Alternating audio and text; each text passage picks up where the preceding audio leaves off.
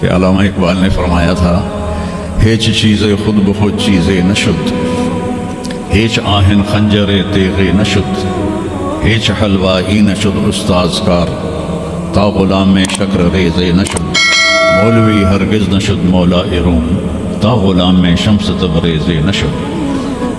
اسی دہریت کو، ایتھیسٹ کو یہ ایڈریس کیا ہے کہ کوئی چیز خود بخود نہیں بنتی۔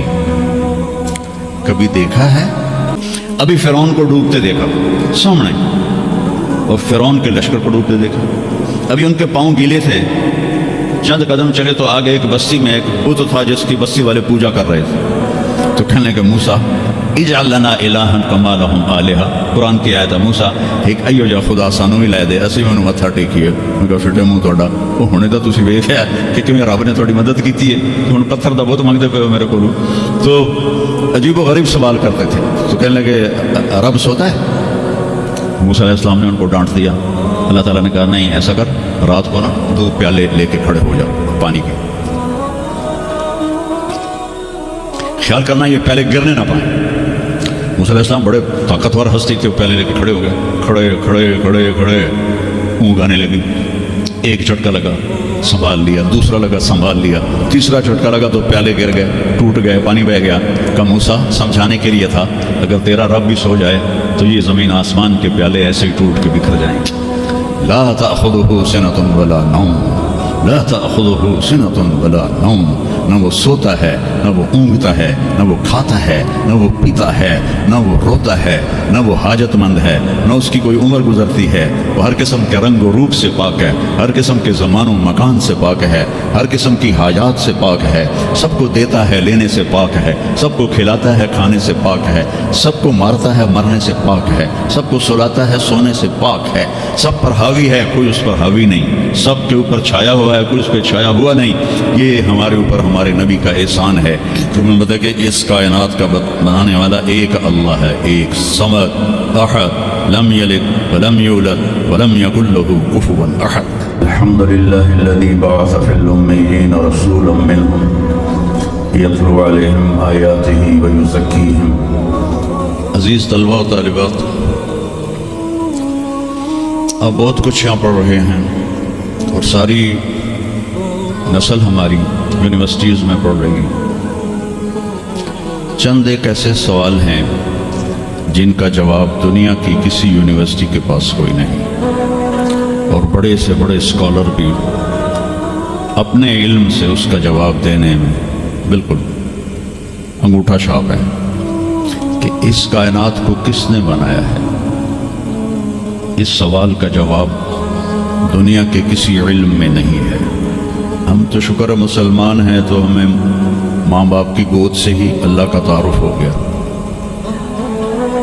بہت پرانی بات ہے، ایک چیکوسلواکین یہاں ملا تھا، رائنڈ میں آیا ہوا تھا، تو میں نے اس سے پوچھا کہ اس کائنات کا بنانے والا کون ہے، کوئی پتہ ہے؟ کہنے لگا اسی کو ڈھونڈنے نکلا ہوں، ابھی تک تو کوئی پتہ نہیں۔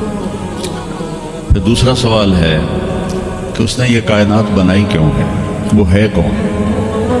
پھر اس نے یہ کائنات بنائی کیوں ہے، اس کا جواب بھی آپ کے پاس کوئی نہیں، کسی کے پاس بھی کوئی نہیں۔ پھر تیسرا سوال ہے میں کیوں پیدا ہوا؟ میں نے کوئی اپلیکیشن دی تھی؟ ان بچیوں نے کوئی درخواست دی تھی کہ ہم نے لڑکی پیدا ہونا، یا ان بچوں نے کوئی درخواست دی تھی کہ ہم نے لڑکا پیدا ہونا؟ یہ عورت بن رہی ہے، یہ مرد بن رہا ہے، یہ دیہاتی ہے، یہ شہری ہے، اور 7 ارب انسان ہیں، سب کی شکلیں مختلف ہیں، آنکھوں کا رنگ مختلف ہے، انگلیوں کے پوروں پر چھپا ہوا پرنٹ مختلف ہے۔ 7 ارب انسانوں میں سے کسی کا یہ پرنٹ کسی کے ساتھ نہیں ملتا۔ تو ایسا باریک بین کون خالق ہے جس نے، ہم روشنی میں چیز بناتے ہیں اور اللہ تعالیٰ ماں کے پیٹ کے اندھیروں میں بناتا ہے۔ یخلقکم فی بطون امہاتکم خلقا من بعد خلق فی ظلمات 3۔ پھر موت کیا چیز ہے؟ تو مر جاتے ہیں۔ پیدا ہونے کی درخواست نہیں دی تھی، پیدا کر دیا، کیوں پیدا کیا پتہ کوئی نہیں۔ اب مرنا نہیں چاہتے لیکن دائیں بائیں موت کے حملے ہو رہے ہیں، ایک دن مجھ پر بھی ہو جائے گا، آپ پر بھی ہو جائے گا، اور ہم ایک ماضی کی بھولی بسری داستان بن جائیں گے۔ تم مرتے کیوں ہیں؟ پھر کوئی جلا دیتا ہے، کوئی بہا دیتا ہے، کوئی مٹی میں ملا دیتا ہے، کوئی پرندوں کے سپرد کر دیتا ہے، پارسی وہ اوپر رکھ دیتے ہیں، گدھ آ کے کھا جاتے ہیں۔ تو یہ موت کیا چیز ہے؟ تھوڑا شروع میں میڈیکل میں نے شروع کیا تھا، تو پھر اللہ نے میرا راستہ بدل دیا۔ تو موت کیا چیز ہے، میڈیکل سائنس میں اس کے 200 جواب ہیں، 200، اور ایک بھی صحیح نہیں، سارے غلط، کیونکہ وہ انسانی عقل سے نہیں پہنچ سکتے۔ پھر موت کے بعد کچھ ہے یا مر گیا اور مٹی ہو گئے؟ یہ چند سوال میں نے آپ کے سامنے رکھے ہیں، اور پوری دنیا کے انسانوں کو چیلنج ہے کہ اپنے علم سے جواب دو، کسی کے پاس اس کا جواب دو۔ نیوٹن نے یہ کہا تھا کہ اس کائنات کو 4 فورسز چلا رہی۔ عبدالسلام نے، پاکستانی سائنسدان اور 2 امریکن سائنسدان، 1976 میں یہ ثابت کیا کہ اس کائنات کو 4 نہیں 3 طاقتیں چلا رہی۔ اسٹیفن ہاکنگ نے چند سال پہلے یہ ثابت کیا کہ اس کائنات کو ایک طاقت چلا رہی۔ اس سے پوچھا گیا وہ اللہ ہے؟ کہنے لگا نہیں، وہ اللہ نہیں ہے، اس کے پاس وحی کا علم نہیں تھا، وہ اتنا ہی اندھا ہے جتنا ایک ان پڑھ اندھا ہے۔ تو اس سے پوچھا گیا کیوں؟ تو کہنے لگا پھر سائنس کی ترقی رک جائے گی اگر اللہ کو مان لیا جائے۔ تو یہ وہ سوال ہیں جن کو جواب ڈھونڈتے ڈھونڈتے عمر گزر جائے گی، آپ ڈھونڈ نہ پاؤ۔ اس لیے ایک بہت بڑا طبقہ ہے جو کہتا ہے اللہ ہے ہی کوئی نہیں، یہ سب کچھ آپ ہی بن گیا ہے، اپنے آپ ہی بن گیا۔ عبد الخالق صاحب نے تو کچھ بھی نہیں کیا، مستریوں نے بھی کچھ نہیں کیا، یہ ہال اپنے آپ ہی کھڑا ہو گیا اور کرسیاں بھی اپنے آپ بچھ گئیں۔ ایسی بے وقوفوں والی سوچ بھی بلا کوئی قابل تعریف ہے کہ علامہ اقبال نے فرمایا تھا، ہیچ چیزیں خود بخود چیزیں نشد، ہیچ آہن خنجر تیغے نشد، ہیچ حلوائی نشد استاذ کار، تا غلام میں شکر ریزے نشد، مولوی ہرگز نشد مولا روم، تا غلام میں شمس تبریز نشد۔ اسی دہریت کو، ایتھیسٹ کو یہ ایڈریس کیا ہے کہ کوئی چیز خود بخود نہیں بنتی۔ کبھی دیکھا ہے کہ ہیچ آہن خنجر تیغ نشد، لوہے کا ٹکڑا پڑا ہو اور 1000 سال کے بعد وہ اچانک تلوار میں تبدیل ہو گیا ہو، چھری میں تبدیل ہو گیا ہو، خنجر میں تبدیل ہو گیا ہو؟ کبھی دیکھا ہے؟ نہیں ہوتا ایسے۔ کوئی حلوائی اس وقت تک مٹھائی بنا نہیں سکتا جب تک کسی استاد کے پاس بیٹھ کر لڈو کو گول کرنا نہ سیکھے، اور مولوی روم، مولانا روم نہیں بن سکتے جب تک شمس تبریز جیسی شخصیت کی صحبت حاصل نہ ہو۔ میں دونوں کے مزار پہ گیا ہوں، ترکی میں اونیا میں دونوں حضرات دفن ہیں، پیر بھی مرید بھی۔ مولانا روم کو آج شاید کوئی دھرتی پہ جانتا بھی نہیں، اور میں اس یونیورسٹی میں ان کا نام بھی نہ لیتا۔ وہ ایک فلسفی عالم تھے اور منطقی عالم تھے۔ وہ دور تھا فلسفہ اور منطق کا، مسلمانوں نے قرآن و حدیث کا علم بہت پس پشت کر دیا تھا، اور جو فلسفہ اور منطق کے عالم ہوتے تھے وہ بادشاہوں کے دربار میں بڑی جگہ پاتے تھے۔ تو ان کے سامنے کتابوں کا ڈھیر تھا ان کے ساتھ، اور ادھر طالب علم بیٹھے تھے، انہیں وہ پڑھا رہے تھے، اور یہ کتابیں قلمی نسخے تھے، ہاتھ سے لکھے ہوئے۔ تو شمس تبریز رحمہ اللہ مسجد میں داخل ہوئے ننگے پاؤں، اور سفر کے آثار پگڑی پر بھی، کپڑے پر بھی۔ تو وہ بڑی سادگی سے پوچھتے ہیں کہ مولانا یہ چیز تھا، یہ کیا ہے؟ وہ کتابوں کا ڈھیر۔ تو میں اس کو یوں دیکھا تو کہے تو ان پڑھ جائے چٹا انہوں میں کی جواب دے۔ کہنے لگے ای است کہ تو نمی دانی، میرے پیارے یہ وہ ہے جو تو نہیں جانتا۔ تو ایک دم آگے بڑھے، کتابوں کو یوں دھکا دیا، ساتھ ہی تالاب تھا، ساری کتابیں تالاب میں چلی۔ اب نیا پرنٹ نکالنا آج کل تو کوئی مشکل نہیں ہے، کوئی پریشانی کی بات نہیں، نیا پرنٹ مل جائے گا۔ جس نے ہاتھ سے سینکڑوں کتابیں لکھی ان کو تیرا بیڑا غرق، کوئی ان پڑھ بندے تو میری حیاتی برباد کر دیتا، نا مراد ہونا میں دوبارہ کتوں لکھ کے لے آؤں گا۔ وہ مسکرائے، حوض میں چھلانگ لگائی اور ایک ایک کر کے ہر کتاب خشک ان کے سامنے رکھتے، خشک اس سے مٹی نکل رہی، سامنے رکھتے گئے، پورا ان کا جو ان کی لائبریری تھی وہ پانی سے خشک نکال کر ان کے سامنے رکھ دی۔ ہوں ملا جی دی باری آ گئی، کہنے کہ این چیز وہ یہ کیا ہے، این چیز وہ یہ کیا ہے؟ تو شمس تبریز بولے این است کہ تو نمی دانی، یہ وہ ہے جو تو نہیں جانتا، جس کو علامہ رحمت اللہ علیہ نے کہا مولوی ہرگز نشد مولا روم تا غلام میں شمس تبریز نشد۔ یہ ہمارے ملتان والے شمس تبریز نہیں ہیں، یہ شمس سب زواری ہے۔ شمس تبریز تو وہ پونیا میں ہیں، دونوں کے مزار قریب قریب ہیں، ساتھ ساتھ ہیں۔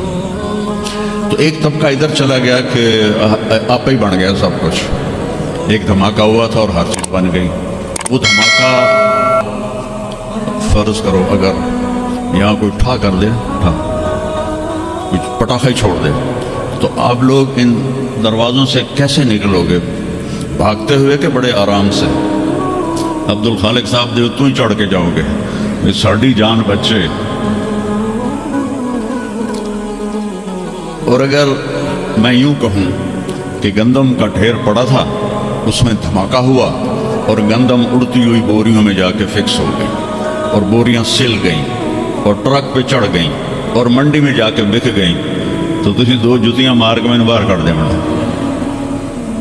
ایک دھماکہ ہوا، وہ دھماکہ اتنا قابل تھا، اتنا علم والا تھا کہ اس سے دو طاقتیں پیدا ہوئیں، ایک سپیڈ کی اور ایک مقناطیس کی۔ تو اگر سپیڈ اور مقناطیس کی طاقت میں ایکوالٹی نہ ہوتی اور 1/10 کھرب سیکنڈ، یہ آسٹریلین سائنسدان کی بات میں بتا رہا ہوں، ایک سیکنڈ کے تو 100 سے زیادہ حصے ہو نہیں سکتے، لیکن انہوں نے کہا فرض کرو اگر ایک سیکنڈ کے 1/10 کھرب حصے ہوں، تو وہ 1/10 کھرب حصے میں اگر تھوڑا سا رفتار اور مقناطیس کی طاقت میں فرق آ جاتا تو ساری کائنات ٹکرا جاتی۔ لیکن یہ اتنی سمجھدار، اتنی اعلیٰ پڑھی لکھی کائنات ہے کہ نہ رفتار زیادہ ہوئی کہ پھیل کے فنا ہو جائے، نہ مقناطیس زیادہ ہوا کہ سکیڑ کے پھر زیرو کر دے۔ تو اس بیلنس کو خود بخود قائم ہو جانا، اس تو بڑا کملا کوئی نہیں، بے وقوف کوئی نہیں۔ جو کہتا ہے سورج کا بھی ایک سسٹم بن گیا، چاند کا بھی بن گیا، گلیکسی کا بھی بن گیا، اور اپنا آپ چلے جا رہے ہیں، ایسے ہی رہیں گے، ہمیشہ رہیں گے۔ کچھ کہتے ہیں فنا ہو جائیں گے۔ یہاں انسان جاہل ہے، اس جہالت کو دور کرنا سب سے پہلا علم ہے۔ اگر مرتے ہوئے مجھے پتہ چلا کہ یہاں تو معاملہ کچھ اور ہے، جو لوٹ آئیں تو کچھ کہنا نہیں، بس دیکھنا انہیں غور سے جنہیں راستوں میں خبر ہوئی کہ یہ راستہ کوئی اور تھا۔ چلتے چلتے پتہ چلا کہ ہم تو کہاں پہنچ گئے، تو اس وقت تو پھر رب ارجعون کے نعرے قرآن کہہ رہا ہے، کہیں گے رب ارجعون، یا اللہ واپس کر دے، لعلی اعمل صالحا، میں بڑے اچھے کام کروں گا۔ اللہ نے کہا کلا، اب نہیں ہو سکتا ہے۔ تو نبی جو آتا ہے 1,24,000 نبی یہ علم لے کر آتے ہیں اور وہ انسانوں کی اس جہالت کو دور کرتے ہیں۔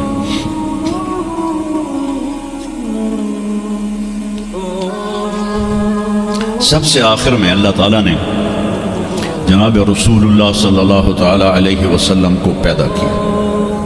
ان کی زندگی کو قیامت تک کے لیے نمونہ بنانا تھا، قیامت تک کے لیے وہ نبی بن کے آئے ہیں۔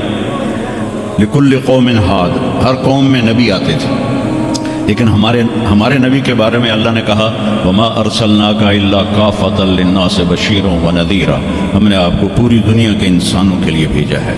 تو اس کے لیے ضروری تھا کہ آپ کی زندگی کی ہر چیز کھلی کتاب کی طرح آج بھی ہمارے سامنے موجود ہو. اگر میں آپ کے طریقے پر چلنا چاہوں تو میرے پاس مواد موجود ہو تو یہ واحد نبی ہیں جن کی ہر چیز اللہ تعالیٰ نے محفوظ کی. کسی نبی کی پوری زندگی محفوظ نہیں, کسی نبی کی, آدم علیہ السلام سے لے کر عیسیٰ علیہ السلام تک کسی نبی کی مکمل زندگی موجود نہیں ہے. اور ہمارے نبی کی زندگی پیدائش سے لے کر آنکھ بند ہونے تک ایک ایک پل کی زندگی آپ کی ہمارے پاس موجود ہے. میں نے ایک آیت پڑھی تھی, لقد جاءکم رسول من انفسکم.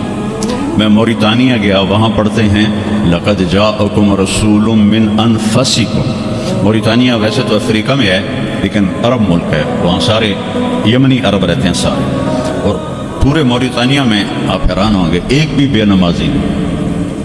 پورے موریتانیہ میں ایک لڑکا لڑکی مرد عورت بے نمازی نہیں.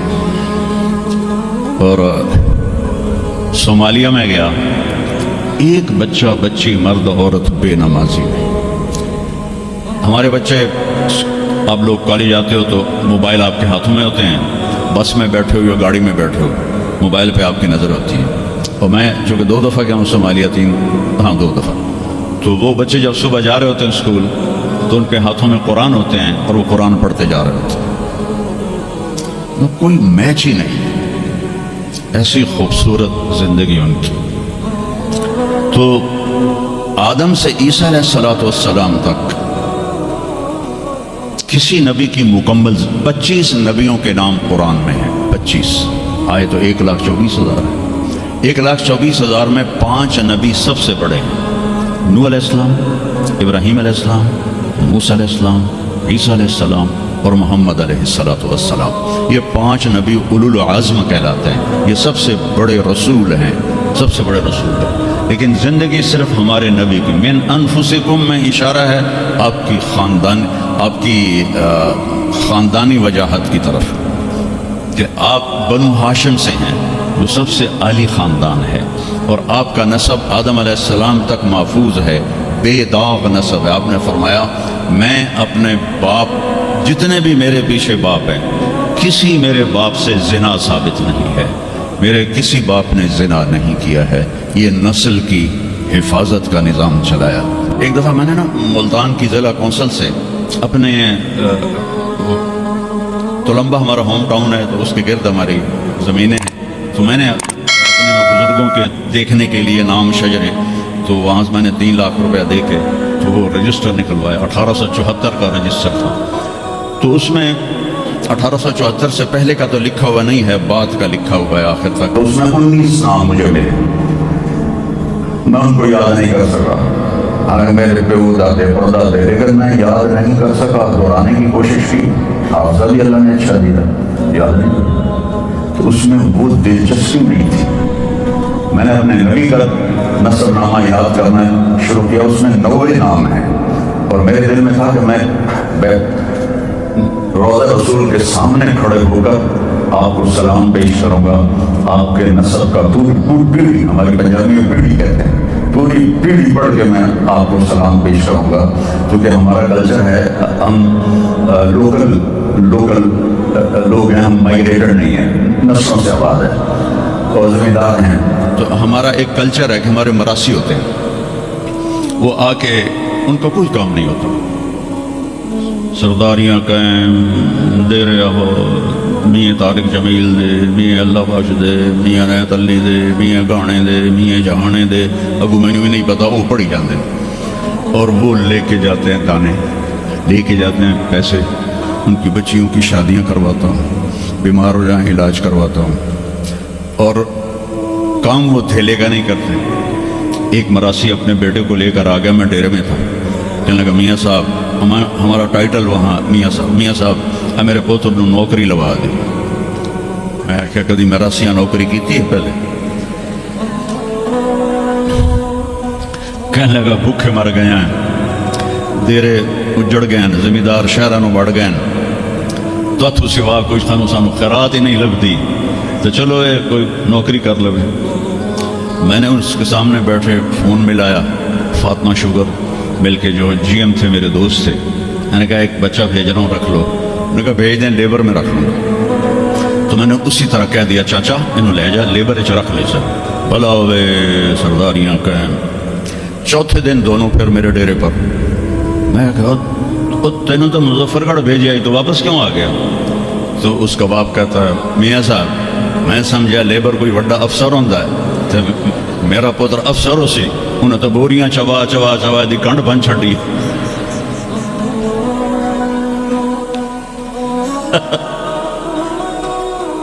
میں نے کہا میں تو پہلے آ کے آئی، گراسی جڑے ہوندے نا صرف گلاں دی روٹی کھاندے۔ تو وہ یہ ثقافت میں نے دیکھی ہوئی ہے اور آج بھی اس کو میں بھگت رہا ہوں، پال رہا ہوں۔ باقی سب زمینداروں نے ہاتھ کھڑے کر دیے لیکن میں نے اس کو زندہ رکھا ہوا ہے۔ من انفسکم لقد جاءکم رسول من انفسکم، یہ واقعہ ہے صبح 10-11 بجے کا، تو آف سیزن تھا، اتنا رش نہیں تھا۔ تو عصر کے بعد میں نکلا نماز پڑھ کے، تو ایک لڑکا بھاگا بھاگا آیا، کہا جی آپ مولانا طارق جمیل ہیں؟ میں نے کہا جی۔ میں کہا تم مجھے پہچانتے ہو؟ کہا نہیں جی آپ کے ساتھ لوگ تھے کافی، تو میں نے ایک آدمی سے پوچھا کہ یہ کون ہے، تو انہوں نے کہا یہ مولانا طارق جمیل۔ کہا جی میں ابھی عصر کی نماز میں پہلے آ گیا تھا، یہ عصر کے بعد مجھے وہ بات بتا رہا، میں عصر کی نماز سے پہلے آ گیا تھا، پرانی مسجد میں جگہ مل گئی، بیٹھے بیٹھے مجھے نیند آ گئی، تو میں نے خواب میں اللہ کے نبی کو دیکھا، انہوں نے فرمایا کہ طارق جمیل کو بھی میرا سلام کہہ دو۔ تو وہ جو میرا پیڑھی پڑھ کے سلام عرض کرنا تھا وہ بارگاہ رسالت میں قبول ہوا۔ لقد جاءکم رسول من انفسکم، کہاں سے لاؤ گے ایسا رسول کہ جس کی زندگی کی ہر چیز محفوظ ہو۔ پھر افریقہ میں پڑھتے ہیں من انفسکم، انفس کہتے ہیں نفیس کو، ایسا نفیس کوئی ہے۔ ایک بدو عورت تھی، جب آپ تشریف لے گئے نا ہجرت کر کے مدینہ، تو رابغہ ایک جگہ تھی، وہاں بھوک لگی پیاس، تو ایک خیمہ دیکھا، وہاں پہنچے تو ایک بڑھیا بیٹھی تھی، اس کا نام تھا ام معبد الخزاعیہ۔ تو آپ نے سوال کیا ماں جی ہم مسافر ہیں، کوئی کھانے کو ملے گا؟ تو نے کہا بیٹا قحط کا زمانہ ہے، کچھ بھی نہیں ہے۔ تو ایک بکری بیمار اور کمزور اور بن بیاہی کھڑی ہوئی تھی، تو آپ نے کہا اس بکری سے دودھ نکال لو۔ تو اس نے ایسے بڑی حیرت سے دیکھا کہ یہ عرب ہو کہ ایسی بات کر رہا ہے کہ اس بکری سے دودھ نکال لوں۔ تو وہ کہنے لگی یہ تو بن بیاہی ہے، اس کا تو ویسے بھی اس کے جسم پر بوٹی نہیں ہے، اس سے ایک قطرہ بھی کوئی نہیں۔ تو ماں جی آپ اجازت دیں؟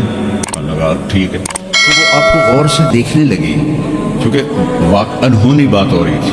آپ نے اتنا بڑا تھا برتن، وہ آپ نے لیا اور اس کے تھنوں کو یوں ہاتھ لگایا تو وہ چھلک کے مشکیزے کی طرح نیچے آ گیا، اور آپ نے دودھ نکالا وہ فل ہو گیا۔ آپ نے حضرت ابوبکر کو پلایا، عامر بن فہیرہ کو پلایا، عبداللہ بن اریقت جو آپ کے رہبر تھے، آخر میں آپ نے خود پیا، پھر دوبارہ نیچے بیٹھے اس کے، اور پھر نکال کے پورا جگ بھر کے رکھ کے دیا ہے۔ بکری کی عمر ہوتی ہے 7 سال، 7 سال تک یا ذبح ہو جائے یا وہ از خود مر جائے گی، بہت کم ہوتا ہے کہ کوئی بکری 7 سے 8 سال ہو جائے۔ یہ اس بکری کو میرے نبی کے ہاتھ لگے تھے، یہ بکری 22 برس زندہ رہی، 22 برس، اور اس کو ذبح نہیں کیا گیا، یہ مر گئی، خود ہی مر گئی، وہ نبی کے ہاتھوں کی برکت۔ شام کو اس کا خامد آیا ابو معبد، نے کہا یہ دودھ کہاں سے؟ تو ام معبد کہنے لگی اس بکری سے۔ پاگل ہو گئی یہ بکری تو دے سکتی ہے؟ کہ میں بھی یہ سمجھائی نہیں دیندی، پر کوئی جادوگر آیا ہے، وہ ہاتھاں دی کرامت آئی ہے، جگ بھریا پیا۔ کہنے لگا ان عتیلی، مجھے اس کی صورت بتاؤ وہ کیسا تھا، مجھے لگتا ہے یہ وہ قریشی ہے جس کی خبر مشہور ہو گئی ہے کہ وہ مکہ چھوڑ کے مدینے جا رہا ہے۔ تو اب وہ بولی، ترجمہ بعد میں کروں گا، آپ الفاظ کا ردم اور اس میں جو موسیقی ہے اس کو آپ تھوڑا محسوس کیجئے گا۔ رأیت رجلا ظاہر الوضاء ابلج الوجه حسن الخلق لم تعبه خجلة لم تزری به صالح